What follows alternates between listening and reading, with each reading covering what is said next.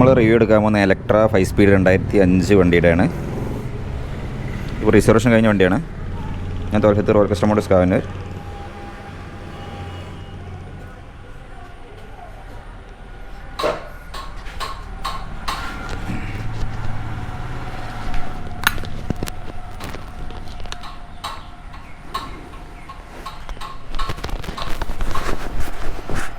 രണ്ടായിരത്തി 2001 ആദ്യമായിട്ട് എലക്ട്ര വരുന്നത് കേട്ടോ. എൻ്റെ ഓർമ്മ ശരിയാണെങ്കിൽ 2001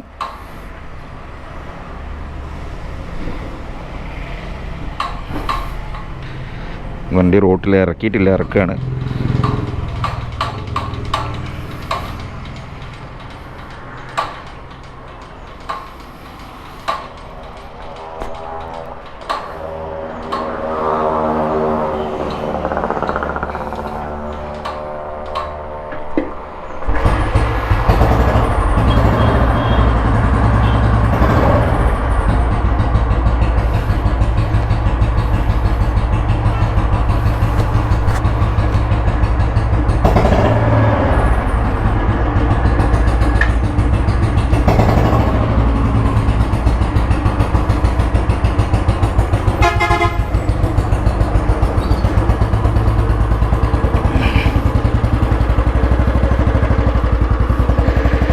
ഒരു കാലത്ത് ഈ CI എഞ്ചിൻ്റെ അതിപ്രഷറുള്ള സമയത്ത് എല്ലാവരും ഒഴിവാക്കിയിട്ടൊരു വണ്ടിയായിരുന്നു എലക്ട്ര. കാരണം ഒരു ഡീകംപ്രഷൻ ഇല്ലെങ്കിലും കൂടെ നമുക്ക് സ്റ്റാർട്ട് ചെയ്തെടുക്കാവുന്നൊരു വണ്ടിയാണ്. കിക്കർ റിട്ടേണിംഗ് ഒന്നും ഉണ്ടാവില്ല, പക്ഷേ പിന്നെ കിക്കർ കുറച്ച് ടൈറ്റ് ഉണ്ടാവും. ആ ടൈറ്റുള്ള സമയത്ത് മാത്രം ഡീകംപ്രഷൻ പ്രസ് ചെയ്ത് കൊടുത്താൽ മതി എന്നുള്ളതാണ്. 2001 വന്ന എലക്ട്ര 4 സ്പീഡായിരുന്നു. പിന്നെ 5 സ്പീഡിലേക്ക് വന്നു. അതായത് സാധാരണ റൈറ്റ് സൈഡ് ഗിയർ ചേഞ്ചിങ് ആ സിസ്റ്റത്തിൽ നിന്നും എല്ലാവരിലേക്കും ഒരു ബുള്ളറ്റ് എത്തിക്കുക എന്ന ഒരു ലക്ഷ്യത്തോടു കൂടെ ആയിരിക്കാം എല്ലാവർക്കും ആ ഒരു സമയത്ത് ആ ഒരു കാലഘട്ടത്തിൽ ഏറ്റവും ബുദ്ധിമുട്ടിലായിരുന്നുള്ള ഗിയറിൻ്റെ പ്രശ്നങ്ങൾ, ഗിയറും ബ്രേക്ക് മാറിപ്പോകാന്നുള്ള വിഷയം. അതുകൊണ്ട് പെട്ടെന്ന് ആർക്ക് ബുള്ളറ്റ് എടുത്ത് ഉപയോഗിക്കാനുള്ള കുറച്ച് ബുദ്ധിമുട്ടുള്ള കാര്യമാണ്. അത് ഓടിക്കാൻ പേടിയായിരുന്നു കേട്ടോ.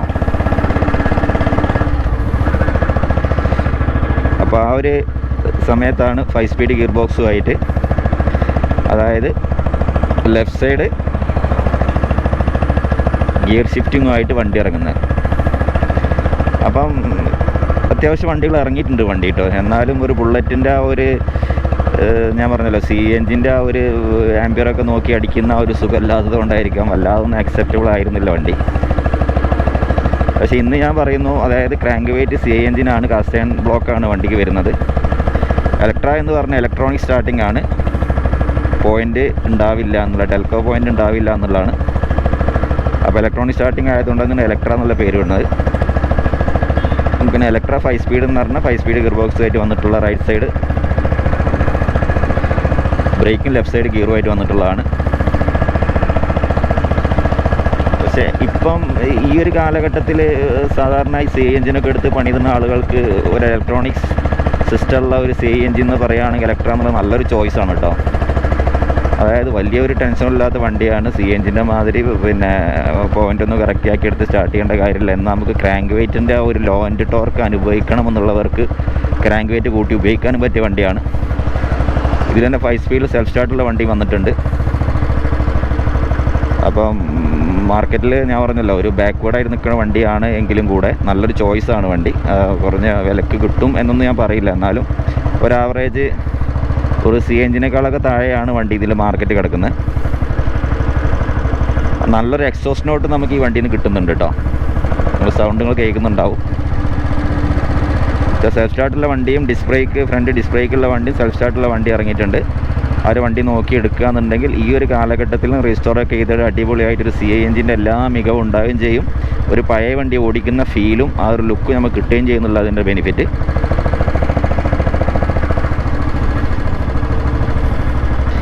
പിന്നെ എപ്പോഴും ഞാനിപ്പോൾ ഈ കാണിക്കുന്ന ഹാൻഡിൽ ബാർ, എലക്ട്രൻ്റെ ഹാൻഡിൽ ബാറാണ് നമ്മൾ ശരിക്കും ഇപ്പോൾ സ്റ്റാൻഡേർഡിനൊക്കെ വന്നേക്കുന്ന ഹാൻഡിൽ ബാർ. ഫസ്റ്റ് എലക്ട്രയിലാണ് വണ്ടി കൊടുത്തിരുന്നത്.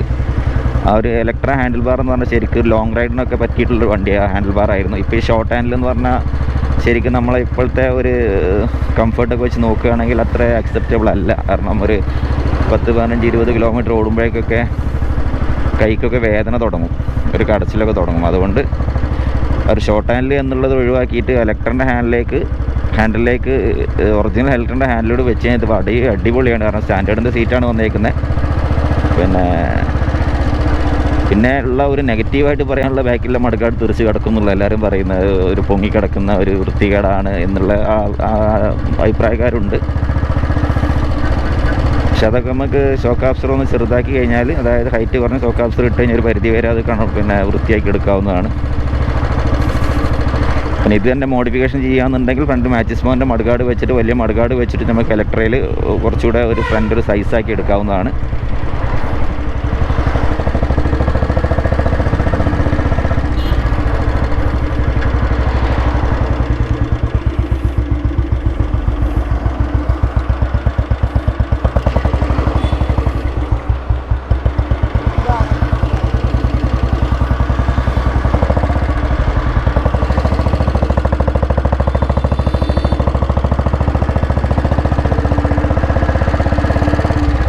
പഴയ വണ്ടി എന്ന ഒരു പഴയ വണ്ടി തന്നെ വേണം, പഴയ വണ്ടി CNG വേണം എന്നിപ്പോൾ ന്യൂ ജനറേഷൻ ആളുകൾ കുറച്ച്, പിന്നെ ന്യൂ ജനറേഷൻ പിള്ളേരൊക്കെ ഒരു പഴയ വണ്ടി ഉപയോഗിക്കണം എന്നുള്ളവർക്ക് വലിയൊരു ടെൻഷൻ ഇല്ലാതെ, അതായത് ഒരു പഴയ വണ്ടിൻ്റെ എല്ലാ ഗുണങ്ങളോട് കൂടിയതും എന്നാൽ സ്റ്റാർട്ടിങ് ഇലക്ട്രോണിക്സ് ആയതൊരു വണ്ടിയാണ് ഇലക്ട്ര.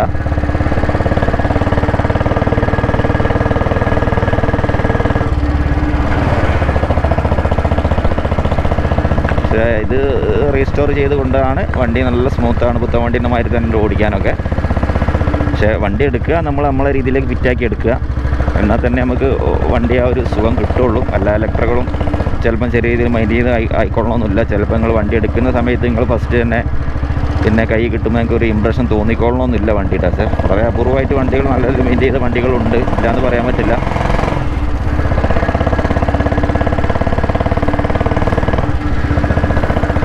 നമ്മളൊരു വണ്ടി എടുക്കുന്ന സമയത്ത് എപ്പോഴും ഒരു റോയൽ എൻഫീൽഡ് എന്നൊരു സെലക്ട് ചെയ്യുന്ന സമയത്ത് നമ്മൾ ആദ്യം ശ്രദ്ധിക്കേണ്ട കാര്യം, നമുക്ക് ചില സമയങ്ങളിൽ ലോങ് പോകേണ്ട ആവശ്യമുണ്ടാവും, ഒരു ട്രിപ്പ് പോകേണ്ട ആവശ്യമുണ്ടാവും, അതേമാതിരി ഷോർട്ട് റൈഡും ആയിരിക്കാം. അപ്പോൾ അതും കണ്ട് വേണം നമ്മളൊരു വണ്ടി എടുക്കാൻ. അത് മോഡിഫിക്കേഷൻ ചെയ്യുകയാണെങ്കിലും കൂടെ ആ ഒരു ഇതും കൂടെ കണ്ടിട്ട് വേണം വണ്ടി എടുക്കാൻ എന്നാണ് എൻ്റെ ഒരു അഭിപ്രായം കേട്ടോ ഞാൻ പറയുന്നത്. കാരണം അങ്ങനെ ആകുമ്പോഴേ നമുക്കൊരു വണ്ടി രണ്ടിനും കൂടെ ഉപയോഗിക്കാൻ പറ്റുള്ളൂ. ലോങ് ഓടിക്കഴിഞ്ഞാൽ ഒരു മുഷിപ്പുണ്ടാക്കുന്ന രീതിയിലാണ് അതിൻ്റെ ആ ഒരു ഡിസൈനെങ്കിൽ നമുക്ക് ആ വണ്ടി തന്നെ മടുത്തു പോകും. അപ്പോൾ അതിന് പറ്റിയിട്ടുള്ള ഒരു വണ്ടിയാണ് ഇലക്ട്ര കേട്ടോ.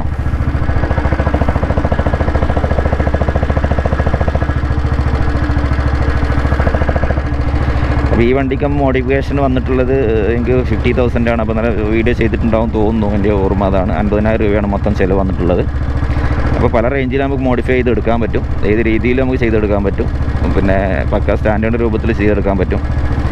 പക്ഷേ എനിക്ക് പറയാനുള്ളത് ഇലക്ട്ര എടുക്കുകയാണെന്നുണ്ടെങ്കിൽ സെൽഫ് സ്റ്റാർട്ടുള്ള വണ്ടി എടുക്കുക എന്നുള്ളതാണ് കേട്ടോ. സെൽഫ് സ്റ്റാർട്ടുള്ള വണ്ടി എടുക്കുക ആണെങ്കിൽ നിങ്ങൾ സെൽഫും ഡിസ്പ്ലേക്ക് നമുക്ക് എക്സ്ട്രാ ആഡ് ചെയ്യുമ്പോൾ എക്സ്ട്രാ ചിലവ് വരുന്നുണ്ടെങ്കിലും കൂടെ സെൽഫ് സ്റ്റാർട്ടുള്ള വണ്ടി കൂടെ എടുത്തു കഴിഞ്ഞാൽ ഞങ്ങൾക്ക് സാധാരണ ഇപ്പോൾ ന്യൂ ജനറേഷൻ വണ്ടി എങ്ങനെയാണോ ഒരു CNG വണ്ടി എങ്ങനെയാണോ ഉപയോഗിക്കുന്നത് അതേമാതിരി അതിനേക്കാളൊക്കെ കുറച്ചുകൂടെ ബെറ്റർ ആയിട്ട് നിങ്ങൾക്ക് ഉപയോഗിക്കാൻ പറ്റും.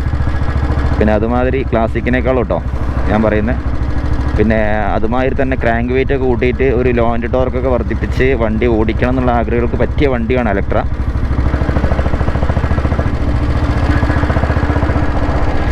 അപ്പോൾ എവിടെയെങ്കിലും ആളുകൾക്ക് ഇലക്ട്ര കിട്ടാനെന്നുണ്ടെങ്കിൽ വണ്ടി വാങ്ങിക്കുക,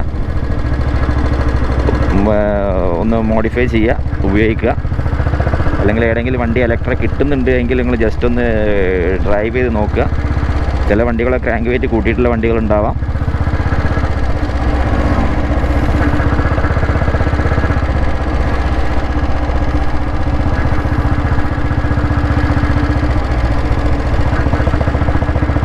കാരണം വലിയ ഒരു മെയിൻ്റനൻസ് എക്സ്പെൻസ് ചിലവ് വരുന്ന വണ്ടി ഒന്നല്ല കേട്ടോ ഈ ഒരു വണ്ടി. അതായത് താരതമ്യേന വളരെ കുറവാണ് ഈ വണ്ടിക്ക് മെയിൻ്റനൻസ്, അതും കൂടി മനസ്സിലാക്കുക. ബാക്കിയുള്ള വണ്ടിയെ കമ്പയർ ചെയ്യുമ്പോൾ വളരെ അധികം കുറവാണ് മെയിൻ്റനൻസ് ഇലക്ട്രക്ക്.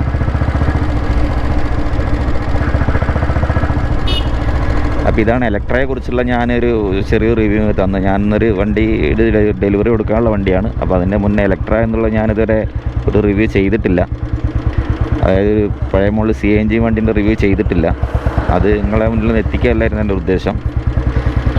ഒരുപാട് ആളുകൾ ഇലക്ട്ര എപ്പോഴും വളരെ രീതിയിൽ മെയിൻറ്റെയിൻ ചെയ്ത് കൊണ്ടെടുക്കുന്ന ആളുണ്ട്. അപ്പോൾ ഈ ഒരു വ്യക്തിയും ഈ ഒരു ഇതിൻ്റെ കസ്റ്റമറും അതേമാതിരി തന്നെ ഇലക്ട്ര വർഷങ്ങളായിട്ട് ഉപയോഗിക്കുന്ന ആളാണ്. ഒരു പുത്തൻ വണ്ടിയിലേക്ക് പോകുന്നേക്കാൾ എന്തുകൊണ്ടൊന്നല്ല നമ്മളെ കയ്യിലുള്ള വണ്ടി തന്നെ എടുത്ത് റീസ്റ്റോർ ചെയ്ത് ഉപയോഗിക്കുക എന്നുള്ള ആശയത്തിൽ പിന്നെ ആ ഒരു ഇതിലേക്കാണ് മൂപ്പർ എത്തിപ്പെട്ടത്.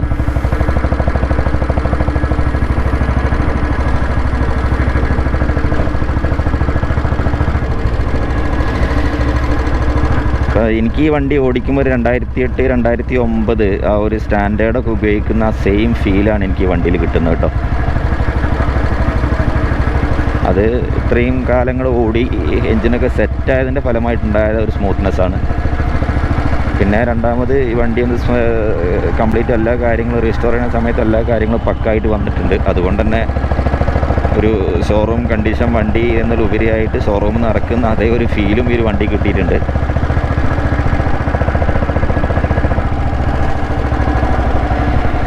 പഴയ വണ്ടിയുടെ എൻജിൻ പഴയ വണ്ടി എന്നുള്ളത് റീസ്റ്റോർ ചെയ്ത് ഇറക്കുക എന്നുള്ളത് ഒരു വേറെ ഒരു ഫീൽ തന്നെയാണല്ലോ.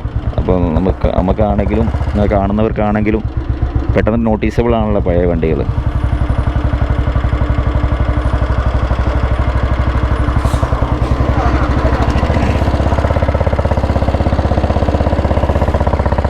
അപ്പോൾ എൻ്റെ ചാനൽ ആദ്യമായിട്ട് കാണുന്നവർ ഒന്ന് സബ്സ്ക്രൈബ് ചെയ്ത് ഷെയർ ചെയ്ത് ലൈക്ക് ചെയ്ത് കമൻ്റൊക്കെ നിങ്ങൾ കമൻ്റൊക്കെ ഒന്ന് രേഖപ്പെടുത്തുക കേട്ടോ റോയൽ എൻഫീൽഡിനെ കുറിച്ചുള്ള.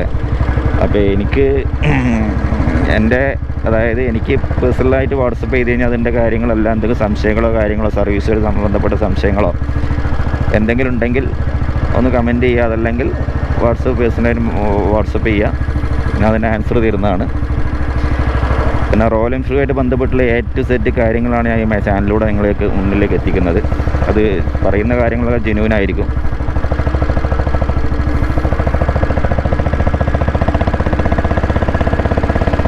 വണ്ടിക്ക് ഇലക്ട്രിക്കൽ ബെനിഫിറ്റ് നല്ല പിക്കപ്പുമാണ് വണ്ടിക്ക്. അതായത് വണ്ടി എടുത്ത് പോകാനും പറ്റും കേട്ടോ വണ്ടി.